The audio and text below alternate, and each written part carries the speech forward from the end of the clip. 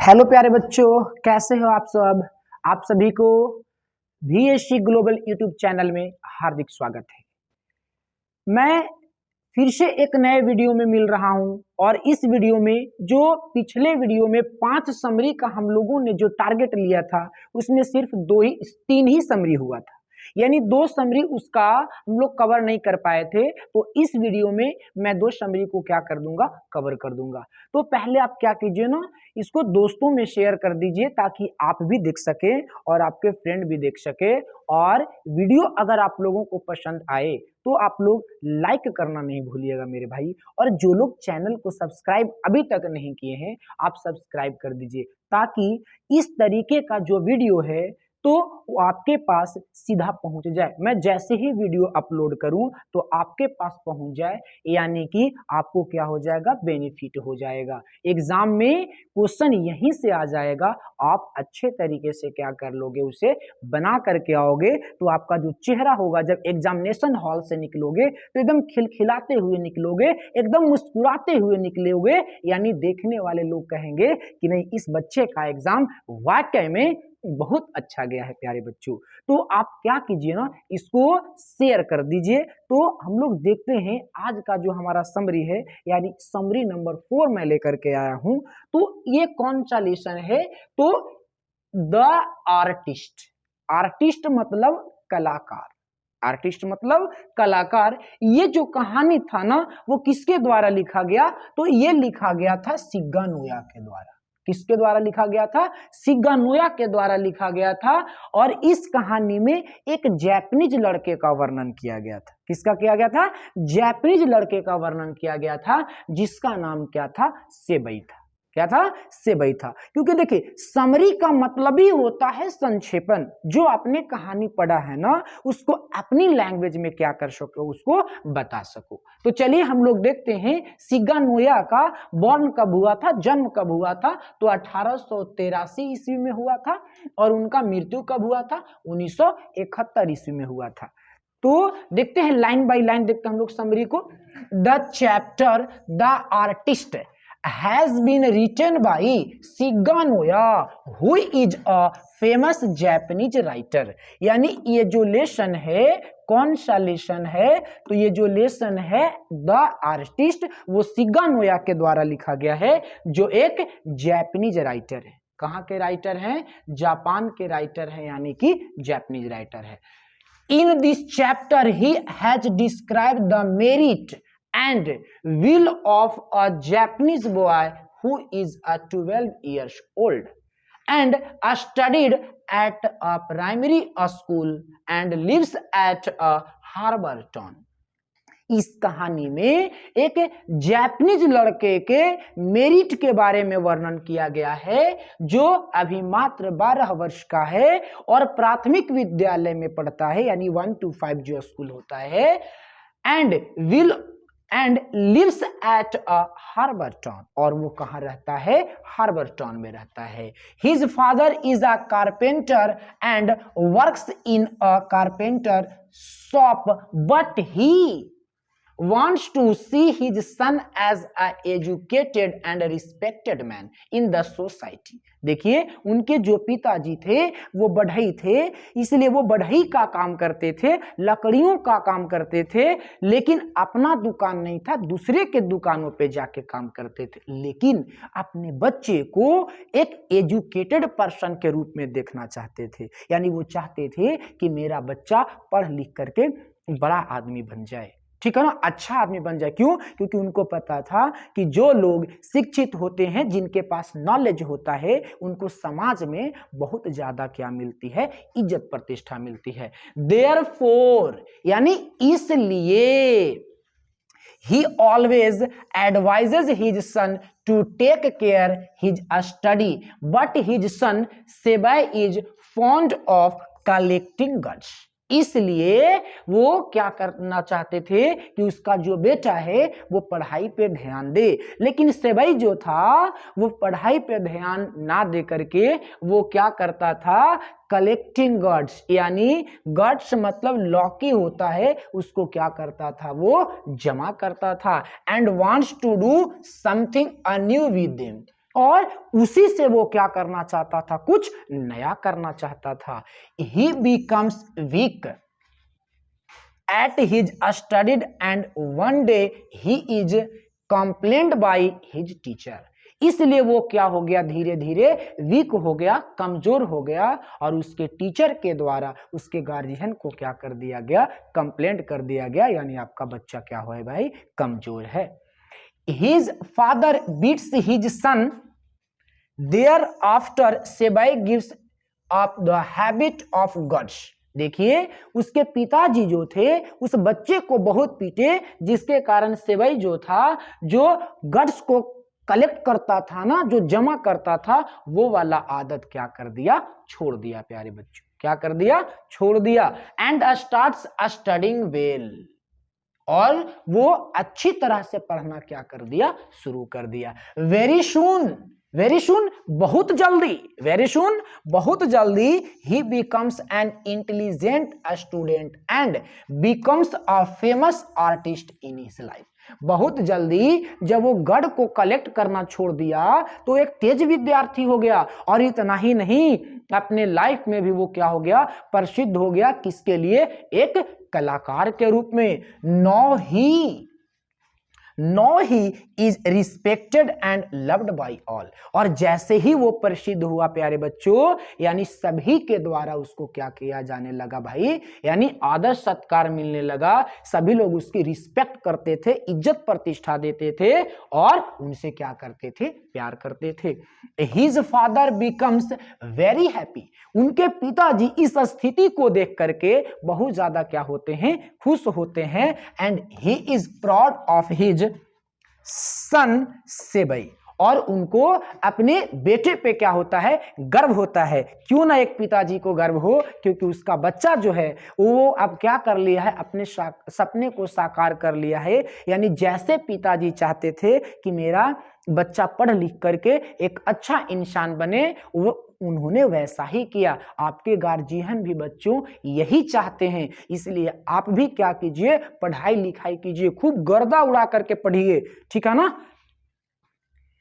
सेबई completes his dream along with the dream of his loving father. Sebai अपना भी सपना को साकार कर लिया, पूरा कर लिया, और अपने पिताजी के भी सपने को क्या कर लिया, साकार कर लिया। यानी हम लोगों को अब क्या करना है, सबसे पहले तो एग्जाम में अच्छे मार्क्स लाने हैं, और एग्जाम में अच्छे मार्क्स लाने के लिए तैयारी आप लोगों को भरपूर करनी है, ठीक है ना। तैयारी क्या कर रही है, भरपूर करनी है। और इंग्लिश में आपको थोड़ा बहुत भी अगर डर लग रहा है तो मैंने पिछले वीडियो में क्या किया हूं ना, कि ऑब्जेक्टिव का सेट बनाया था और ऑब्जेक्टिव क्वेश्चन करवाए हैं। अगर वो वीडियो को आप लोगों ने नहीं वॉच किया है तो आप जा करके अच्छे तरीके से वॉच कर लो, देख लो अच्छे तरीके से। एग्जाम में बैठने से पहले आप एक बार पढ़ के जाना। आई होप, मुझे ऐसा आशा है, मुझे ऐसा विश्वास है, आप एग्जाम से बाहर निकलोगे तो डायरेक्ट मेरे वीडियो पे क्या करके आओगे, कमेंट करो कि सर आपने जो पढ़ाया ना उससे कुछ भी बाहर नहीं आया है। और ऐसा ही होगा प्यारे बच्चों। एक बार इसे शेयर कीजिए और क्या कीजिए भाई, इसको देख करके जाइएगा। तो देखिए आज लास्ट समरी है, ठीक है ना। लास्ट समरी क्या है, द अर्थ। लास्ट समरी क्या है, द अर्थ। तो ये जो द अर्थ समरी है, यानी ये जो द अर्थ लेसन है, वो किसके द्वारा लिखा गया है, ये लिखा गया है H.E. बेट्स के द्वारा। किसके द्वारा लिखा गया है, H.E. बेट्स के द्वारा। देखिए H.E. बेट्स का बॉर्न यानी जन्म कब हुआ, 1905 ईस्वी में, और डाइट यानी मृत्यु कब हुआ, 1974 ईस्वी में, यानी 1974 में।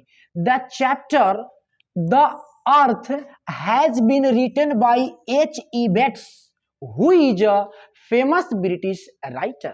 यानी ये जो लेसन है द अर्थ, वो किसके द्वारा लिखा गया है, H.E. बेट्स के द्वारा, जो क्या है, एक प्रसिद्ध ब्रिटिश राइटर है। In this chapter the writer has described the story of a tenant farmer. इस लेसन में, चैप्टर में क्या है, जो लेखक हैं वो एक टेनेंट फार्मर यानी बटाईदार किसान के बारे में वर्णन किए हैं। Who is a very poor, जो बहुत क्या है, गरीब है।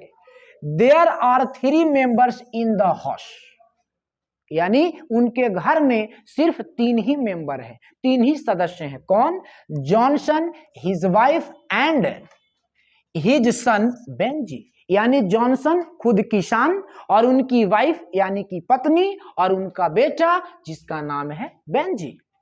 दे do not have enough piece of land so they work hard but they are unable to complete their needy things. देखिए वे बहुत वर्क करता था, कौन? किसान, लेकिन भाई अपने सपने को यानी जो उनका जरूरत की जो सामग्रियां थी, जो वस्तुएं थी, उनको वो पूरा नहीं कर पाते थे। Benji is a young boy who is not mentally developed, यानी बेंजी जो था ना वो क्या था? यंग लड़का था, लेकिन मानसिक रूप से पूर्ण रूप से वो डेवलप नहीं था। Benji is not happy to see the condition of his house, और बेंजी जो था अपने घर की स्थिति को देख करके वो खुश नहीं था। And he wants to start the business of hens, और वो क्या करना चाहता था? तो मुर्गियों का व्यापार करना चाहता था, यानी बिजनेस स्टार्ट करना चाहता था। In the town but his father does not have money except the small piece of land, लेकिन उनके पिताजी के पास ज्यादा पैसे नहीं थे सिवाय उनके जमीन के बाद उनके पास कुछ भी नहीं था। But he love his son much, लेकिन अपने बच्चे से भी बहुत अधिक प्रेम करते थे। देखिए हर एक पिताजी को ना अपने बच्चे से बहुत ज्यादा क्या होता है? प्रेम होता है। कितने भी हमारे पिताजी गरीब क्यों ना हो, वे चाहते हैं कि हमारे सारे सपने पूरे हो, जो भी उनसे हम लोग मांगते हैं वो क्या करते हैं? पूरा करते हैं। Benji start disturbing his parents by his false plan to mental disturbance, and once a mental doctor advises Johnson to give some money to his son if he wants to see Benji well। देखिए Benji जो था वो क्या था भाई? ऐसा वो feel करता था, ऐसा वो दिखता था मानो वो क्या है? डिस्टर्ब है, यानी उनका दिमागी हालत सही नहीं है। इसलिए उनके पिताजी जो हैं उनको एक डॉक्टर के पास लेकर के जाते हैं, और डॉक्टर के पास ले जाने के बाद डॉक्टर सलाह देते हैं कि अगर आप बच्चे को अच्छा देखना चाहते हो तो आपको क्या करना होगा? इनको कुछ पैसे देने होंगे, यानी इनको बिजी रखना होगा। Johnson gives some money to Benji and Benji start the business of selling eggs and hens, यानी जॉनसन जो है अपने बेटे को कुछ पैसे देते हैं, उन पैसों से वो लड़का यानी कि बेंजी जो है वो क्या करता है? अंडे बेचता है और मुर्गियों का व्यापार क्या कर देता है? वो शुरू कर देता है। किसके द्वारा? यानी उन पैसों के द्वारा। नेक्स्ट आगे बढ़ते हैं हम लोग।